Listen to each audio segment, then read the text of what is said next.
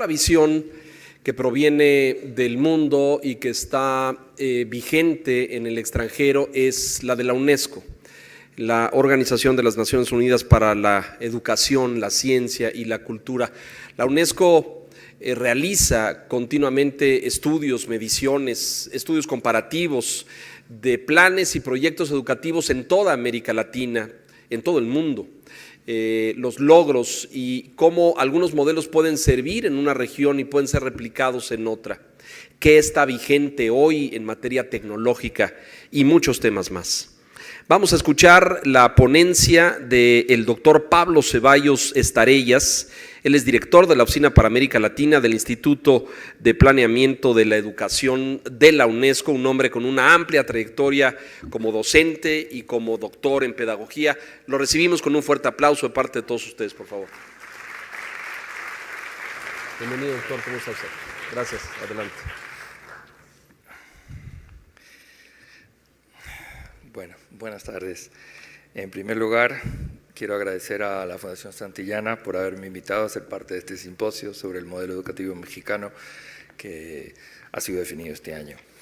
En esta ponencia voy a intentar proponer, según plantea el programa, una visión externa y propositiva sobre la reforma educativa de México.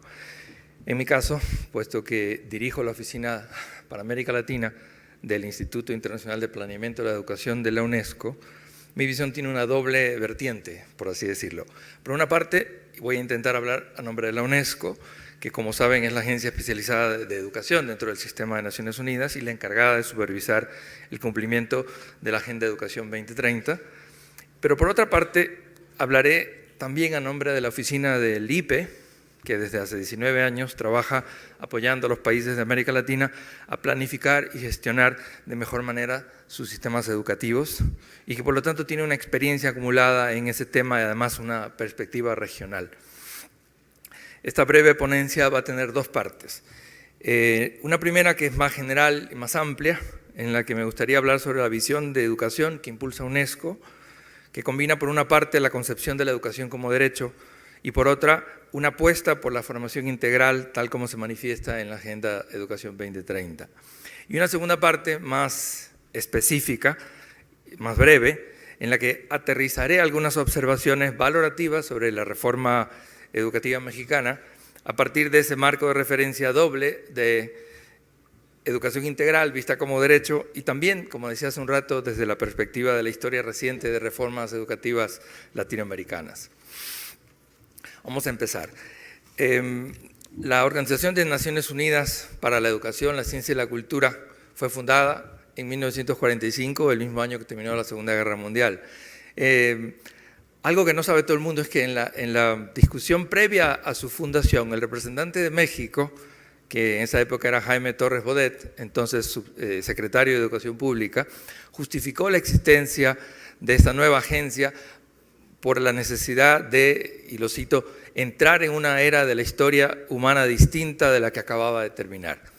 Se refería desde luego a superar las guerras, la intolerancia, el afán de conquista que habían imperado hasta ese momento e inaugurar una nueva era de paz y justicia a través de la educación. Desde sus inicios, entonces, la UNESCO concibió la educación como una tarea humanista al establecer que el fin principal de la educación era conseguir la plena humanidad de las personas. Ese carácter humanizador de la educación significa que ella tiene un valor en sí misma y que no es únicamente una herramienta para algo, por ejemplo, para el crecimiento económico, como suele percibirse desde ciertas visiones de educación como capital humano. ¿Qué implicaciones tiene la opción de estos fines educativos? Muchísimas, pero les propongo que analicemos rápidamente una. Hagamos una rápida reflexión sobre ese concepto tan esquivo de educación de calidad que tan frecuentemente mencionamos y tan pocas veces definimos.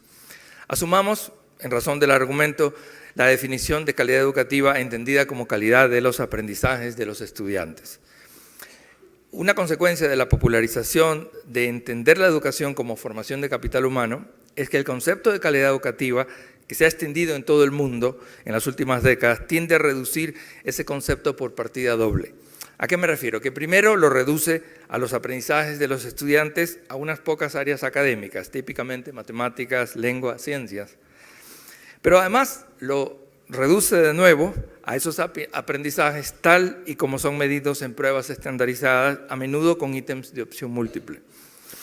En cambio, la UNESCO viene trabajando desde hace muchos años en una conceptualización de calidad educativa que es mucho más integral que la que acabo de mencionar. Esta concepción se desprende, por ejemplo, del ya icónico informe La educación encierra un tesoro, escrito por un equipo de expertos liderado por Jacques Delors en 1996.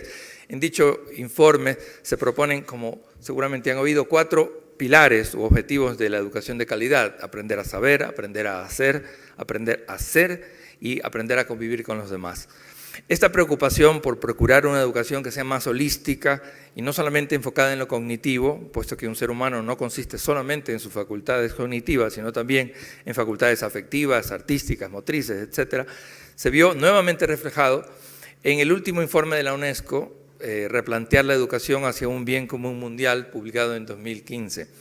En ese informe se insiste en la importancia de agregar entre los objetivos de aprendizaje las capacidades blandas, transferibles, no cognitivas, y en la necesidad de desarrollar las competencias que los individuos y las comunidades requieren para los múltiples aspectos de la existencia humana y que pueden contribuir a dar mayor empoderamiento a unos y a otras.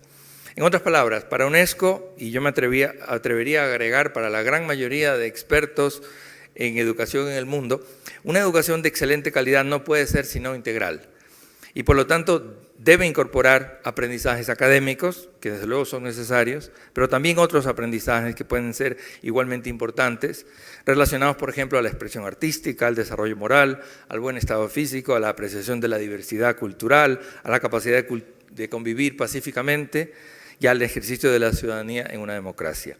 Y sin embargo, he aquí que todos los sistemas escolares del mundo privilegian de manera a menudo tácita y a veces explícita, manifestada en que es lo único que evalúan, solamente uno de los 4 pilares del informe de Delors, el aprender a saber.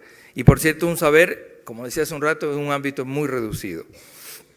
En otras palabras, es fácil constatar que en el mundo de la educación todavía hay una grave inconsistencia entre las declaraciones por un lado y las acciones por otro, entre las palabras y los hechos.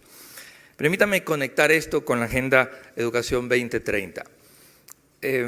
Empezaré por lo básico. Como saben, esta agenda está expresada principalmente en el Objetivo de Desarrollo Sostenible 4, que dice así: garantizar una educación inclusiva y equitativa de calidad y promover oportunidades de aprendizaje a lo largo de toda la vida para todas las personas. Este ODS 4, como se lo conoce, en realidad es uno de 17 objetivos que fueron adoptados por la Conferencia General de las Naciones Unidas en 2015 y luego ratificados por todos los países miembros, para concentrar los esfuerzos mundiales hacia un nuevo tipo de desarrollo adjetivado sostenible, por su aspiración a responder apropiadamente a algunos problemas típicos del siglo XXI, tales como la crisis ecológica, el crecimiento económico con desigualdad, la extrema exclusión, etc., y proponer un desarrollo equilibrado que incluya desarrollo económico, desarrollo social y protección al medio ambiente. En ese contexto, la Agenda de Educación 2030 está expresada principalmente por el Objetivo de Desarrollo Sostenible 4, el ODS 4 que acabo de citar, y sus 10 metas que hacen referencia a aspectos específicos de la educación, y también por las metas educativas de otros objetivos de desarrollo sostenible que atañen a la salud, a la igualdad de género, al trabajo decente, al crecimiento económico, a la producción y el consumo responsables y a la acción por el clima. Se trata además de una agenda educativa para el año 2030 que es mucho más ambiciosa que las agendas anteriores de Naciones Unidas y de UNESCO, que como saben concluyeron en el año 2015. En la agenda Educación 2030, con sus 2 precedentes inmediatos, es diferente a esos 2 precedentes en ámbito, en alcance geográfico y en las prioridades de política. ¿A cuáles me estoy refiriendo? Seguramente se acuerdan. El Objetivo de Desarrollo del Milenio número 2, que consistía en conseguir la escolarización de la primaria para todas las personas, pero que no hacía énfasis en la calidad de esos aprendizajes. Y, por otro lado, la campaña Educación para Todos, que se enfocaba en la universalización de la escuela básica. La Agenda Educación 2030 del ODS 4, en cambio, es mucho más ambiciosa en materia de objetivos, tanto cuantitativos, universalización de la educación inicial, primaria, secundaria, igualdad de oportunidades para la educación terciaria, superior y aprendizaje a lo largo de toda la vida, como también cualitativos, ¿no? Educación inclusiva y equitativa de calidad. Por eso mismo, el ODS 4 tiene un ámbito geográfico universal, a diferencia de las dos agendas anteriores, que estaban de hecho restringidas a los países de ingresos bajos. Incidentalmente, eso también hace que la Agenda Educación 2030 resulte particularmente interesante para México y para los demás países de América Latina, porque las metas y los compromisos del ODS 4 están, por así decirlo, a la altura de las expectativas de nuestros pueblos y coinciden con los puntos más centrales de las agendas educativas ya establecidas en nuestros países. En un rato vamos a ver cómo eso se aplica a México. Pasemos ahora al segundo componente de esta ponencia, es decir, una visión externa sobre la reforma educativa mexicana. Quisiera, antes de hacer eso, advertir algo. Pese a que he leído mucho sobre esta reforma y es un tema que me fascina, no me considero en lo absoluto un experto en ella, por lo que mis observaciones serán hechas desde este reconocimiento, con la esperanza de que echen algo de luz, sin embargo, tanto por venir desde ese marco de referencia al que mencionaba hace un rato, de la educación integral como derecho, como por venir desde la perspectiva de la historia reciente de reformas educativas en América Latina. Desde ese marco de referencia, algunos llamarían unesquiano, yo destacaría de entrada dos hechos indiscutibles relacionados a la reforma y agregaría un tercero como altamente probable. El primero es que la reforma toma claramente la perspectiva de derecho como marco de referencia, hecho que se reconoce sin ambajes en el artículo 3 de la Constitución Política de los Estados Unidos Mexicanos, ese que arranca estableciendo que toda persona tiene derecho a recibir educación. El segundo hecho es que la reforma está claramente circunscrita en la tradición de la educación humanista, pues postula una formación integral de las personas, es decir, una educación que no se limita a adquirir conocimientos, sino que incluye además el desarrollo de habilidades socioemocionales, deportivas, artísticas y culturales como parte esencial de dicha educación. El tercer hecho que les decía hace un rato corresponde a la pregunta de si la reforma mexicana se ajusta y en qué medida a la Agenda Educación 2030 de las Naciones Unidas. Recordemos que la reforma se empezó a implementar en 2013, es decir, antes de que dicha agenda fuera diseñada, por lo que sería legítimo preguntarse si hoy ofrece los instrumentos normativos y de políticas adecuados para abordar los compromisos asumidos por el Estado mexicano cuando suscribió la Agenda Educación 2030 y el ODS 4. De lo que he podido ver, sin embargo, pienso que la respuesta es afirmativa, pues la reforma parece estar muy alineada con la agenda y en cierto sentido incluso la anticipa. ¿Por qué? Por el énfasis que hace en elementos tales como la calidad educativa, la equidad y la inclusión, así como aspectos relacionados a los objetivos de aprendizaje que no están limitados a las áreas tradicionales del currículo, sino que abarcan aspectos tales como la convivencia pacífica, la formación ciudadana. Por eso mismo, observo que la reforma mexicana es coherente con la Agenda de Educación 2030 y me atrevo a sugerir que en los próximos años la implementación de la reforma debería hacerse en diálogo con la agenda y teniendo en cuenta la responsabilidad adquirida por el Estado mexicano para cumplirla. Vista en cambio desde el contexto latinoamericano, la reforma educativa mexicana es probablemente la más sistémica y comprensiva de la región. Esta característica tal vez se deriva del hecho de que la reforma educativa mexicana es también la más reciente de la región y que en ese sentido parece haber aprendido de los aciertos y los errores de otras reformas anteriores, más puntuales y ciertamente menos sistémicas, así como de algunas experiencias internacionales. La sistematicidad de la reforma educativa mexicana la hace también mucho más ambiciosa. Pretende ir más allá de lo que solía caracterizar las reformas educativas de los 80, de los 90, esas que se centraban primordialmente en una reforma curricular, pero dejaban más o menos intacta la estructura del sistema educativo, o esas que se limitaban a ampliar la cobertura, como decía el subsecretario. En ese sentido, al proponer la autonomía escolar, la reforma educativa mexicana pone explícitamente a la escuela y en consecuencia al estudiante y al docente en el centro del proceso educativo y de esa manera asume correctamente que las reformas a control remoto simplemente no funcionan y que lo que determina en última instancia el mejoramiento sustantivo de la calidad de un sistema escolar es lo que ocurre o deja de ocurrir en las escuelas. En esto hay mucho que aprender de la experiencia reciente de los países latinoamericanos, en los que hemos tenido muchos proyectos fallidos relacionados con la autonomía escolar, ya sea porque la autonomía se intentó aplicar por decreto, es decir, sin garantizar que las escuelas, antes de ser autónomas, cumplan con ciertos requisitos mínimos en cuanto a capacidades instaladas, o, por el contrario, porque la autonomía fue, digámoslo así, asfixiada por funcionarios paternalistas que terminaron sometiendo a la escuela y por ende a los profesionales que trabajan en ella bajo el peso de regulaciones burocráticas bien intencionadas pero opresivas y en última instancia frustradoras del profesionalismo educativo. La autonomía escolar como horizonte entonces marca también un problema potencial de la reforma mexicana, que es la enorme dificultad de su implementación adecuada, y creo que conviene reflexionar sobre eso. Ahora, para terminar, quisiera decir cuáles son los dos desafíos que mencioné al principio. Pero primero quiero contextualizar un poquito. Debemos recordar, y ustedes lo saben mejor que yo, que la reforma se gestó en un contexto político muy específico, la existencia de un sistema escolar clientelar y corrupto, lo que hizo que se pusiera como prioridad la necesidad de recuperar la rectoría del sistema educativo por parte del Estado Nacional, como manera de permitir a su vez que el Estado pudiese garantizar el derecho a la educación. Ello llevó a tomar dos decisiones que le dan a esta reforma rasgos de particularidad. ¿A cuáles me refiero? A dos. Una, que como parte de esta recuperación de la rectoría del Estado, la reforma mexicana se centró mucho en redefinir el lugar del magisterio en el funcionamiento del sistema, mediante acciones dirigidas a regular y evaluar la actividad docente y modificar la carrera magisterial para hacerla meritocrática, por ejemplo.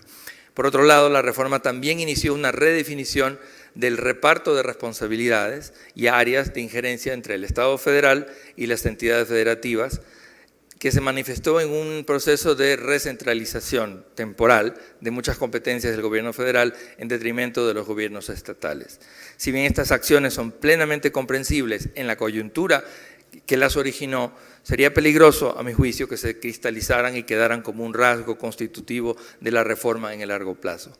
En todo caso, la alerta que queda instalada es cómo evitar que una decisión que se toma y adquiere legitimidad en el marco de una coyuntura política específica se consolide como un aspecto estructural que trascienda el contexto y que se proyecte hacia el futuro independientemente del escenario político. Para recapitular y para concluir, la reforma educativa mexicana está inspirada en el mismo concepto de educación humanística que pregona la UNESCO desde su creación y está basada en la visión de educación como derecho humano fundamental.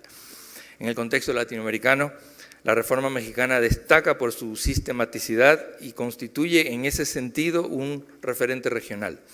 El principal desafío de la reforma, naturalmente, y eso ocurre con cualquier reforma, será su implementación en el territorio.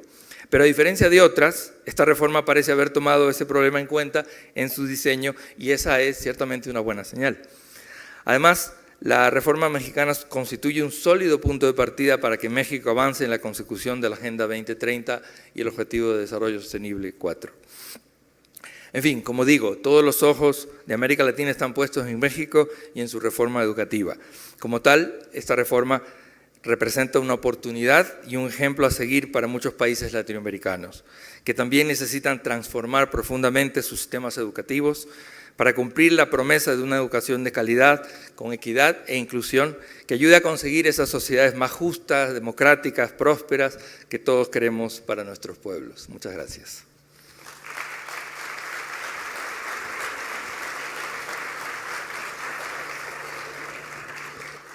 Muchas gracias al doctor Ceballos. Si alguien tenía duda de la importancia o trascendencia de esta reforma, después de escuchar al doctor Pablo Ceballos, tenemos claro que la apuesta aquí, la reforma del modelo, el desarrollo curricular, la gestión, el colocar el alumno y el maestro al centro, representan la gran esperanza para toda América Latina, no solamente para México. Somos la reforma de mayor vanguardia en este momento en México, así es que es verdaderamente trascendente lo que logremos hacer con ella.